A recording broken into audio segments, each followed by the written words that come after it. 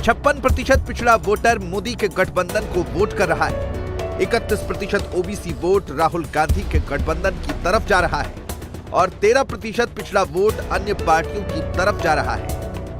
आम धारणा है कि पिछड़ा वोट बैंक में जेंडर डिवाइड बहुत ज्यादा है।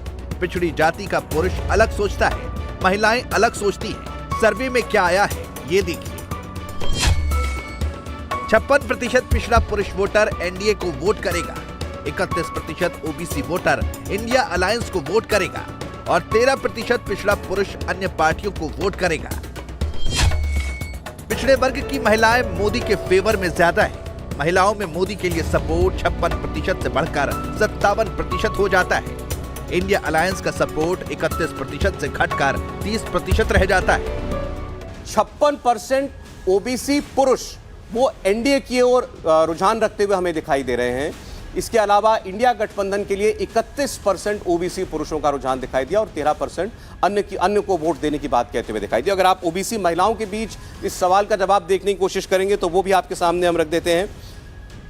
57% महिलाएं ओबीसी समुदाय से वो चाहती हैं कि उनका वोट इस बार एनडीए को जाए, यानी प्रधानमंत्री नरेंद्र मोदी के नेतृत्व में जाए, और 30% वोट ओबीसी महिलाओं का इंडिया गठबंधन की ओर जाता हुआ हमें दिखाई देता है, 13% अन्य को। तो यहां भी आप देखिए तो गैप जो है पुरुष और महिलाओं के अंदर वो आपको 1% का गैप दिखाई देगा, यानी 1% ओबीसी महिला ज्यादा वोट करती हैं पुरुषों की बनिस्बत रुझान में हमें दिखाई देता है एनडीए की ओर। तो ये बड़ा क्लियर कट इस सर्वे का जो है संकेत है कि चाहे आप ओबीसी की बात करें पुरुषों में या महिलाओं में, दोनों में ही, और महिलाओं में तो कुछ हद तक ज्यादा रुझान आपको दिखाई देगा ओबीसी वर्ग के अंदर प्रधानमंत्री नरेंद्र मोदी के नाम पर। ओबीसी वोटर के सर्वे का ये डेटा बताता है कि राहुल गांधी ने गलत ट्रैक पकड़ा है। नरेंद्र मोदी पिछड़ा समाज के सबसे बड़े नेता है और सर्वे से ये बात साबित होती है। ओबीसी पॉलिटिक्स क्या होती है ये समझना टेढ़ी खीर है। जब जाति इंपॉर्टेंट होती है तो बाकी सब कुछ पीछे छूट जाता है। कौन कितना काबिल है, कौन कितना एक्सपीरियंस रखता है, ये कुछ मायने नहीं रखता। मायने रखती है तो सिर्फ जाति। कुछ लोगों को ये नहीं मालूम है कि हमारे प्रधानमंत्री कितने इंटेलिजेंट हैं। वे सब जानते हैं कि आप बोल रहे हैं, क्यों बोल रहे हैं, क्या बोल रहे हैं। मैं एक उदाहरण देना चाहता हूं। एक बार राज्यसभा में शपथ हो रही थी, नहीं लोग, हमारे बगल में लालू जी बैठे थे। उनका एक कैंडिडेट आया शपथ लेने। मैंने कहा लालू जी कल ये पूरा प्लास्टर बांधे हुए था, कह रहा था झारखंड में गए थे लालू जी की जमानत के वक्त, तो लाठीचार्ज में मेरा पैर टूट गया। आज ये सही चल रहा है। बोले राज्यसभा में आने के लिए ही कर रहा था। तो मैंने कहा फिर टिकट क्यों दी आपने, फिर टिकट क्यों दी आपने। बोले इसकी जाति का कोई बड़ा आदमी नहीं था, देना था, मजबूरी में लाना पड़ा। मैं जानता हूं बहुत फ्रॉड था। तो सब जानते हैं मोदी जी कौन क्या है। सोचिए, लालू यादव जैसा नेता भी जाति के आगे नतमस्तक हो जाता है। लोकतंत्र के इस जाति चमत्कार को हर पार्टी नमस्कार करती है।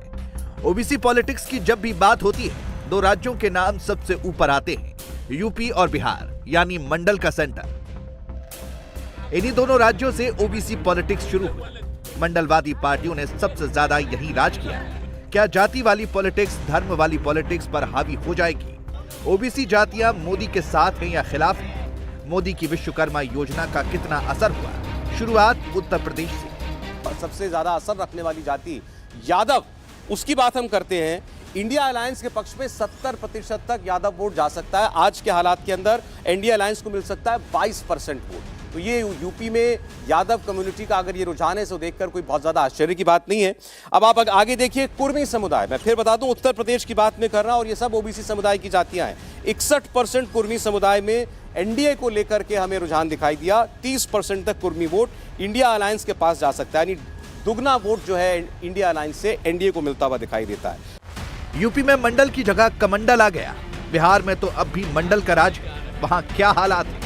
बिहार के अंदर जाति सर्वे हो चुका है। उसके कुछ डेटा जो है कुछ देर में कुछ आने वाले वक्त में पब्लिश हो जाएगा। इस पर बड़ी कानूनबाजी और कोर्ट कचहरी का भी मामला चला था। अब बहरहाल वो हकीकत बन गया है। तो मैं आपके सामने, अब जैसे यूपी में हमने यादव का रुझान देखा था, ऐसे ही बिहार में डोमिनेंट कास्ट लालू यादव के वहाँ होने के बावजूद आप देखेंगे यादव का जो यादव वर्ग का रुझान इंडिया अलायंस के लिए यहां बहुत जबरदस्त है। 81%, मतलब यूपी से भी ज्यादा विपक्ष की ओर यहां पर विपक्षी अलायंस को पसंद कर रहा है यादव समुदाय। केवल 14% एनडीए को वोट देते हुए दिखाई देते हैं।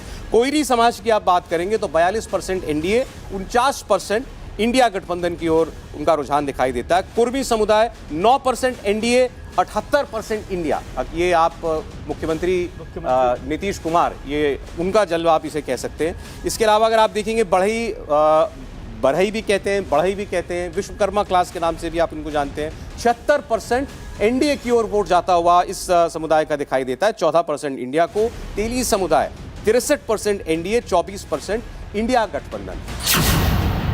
विरोधियों के एमवाय समीकरण का काउंटर करने के लिए मोदी का भी एक एमवाय समीकरण है। इस समीकरण में एम महिला के लिए है और वाई योजना के लिए।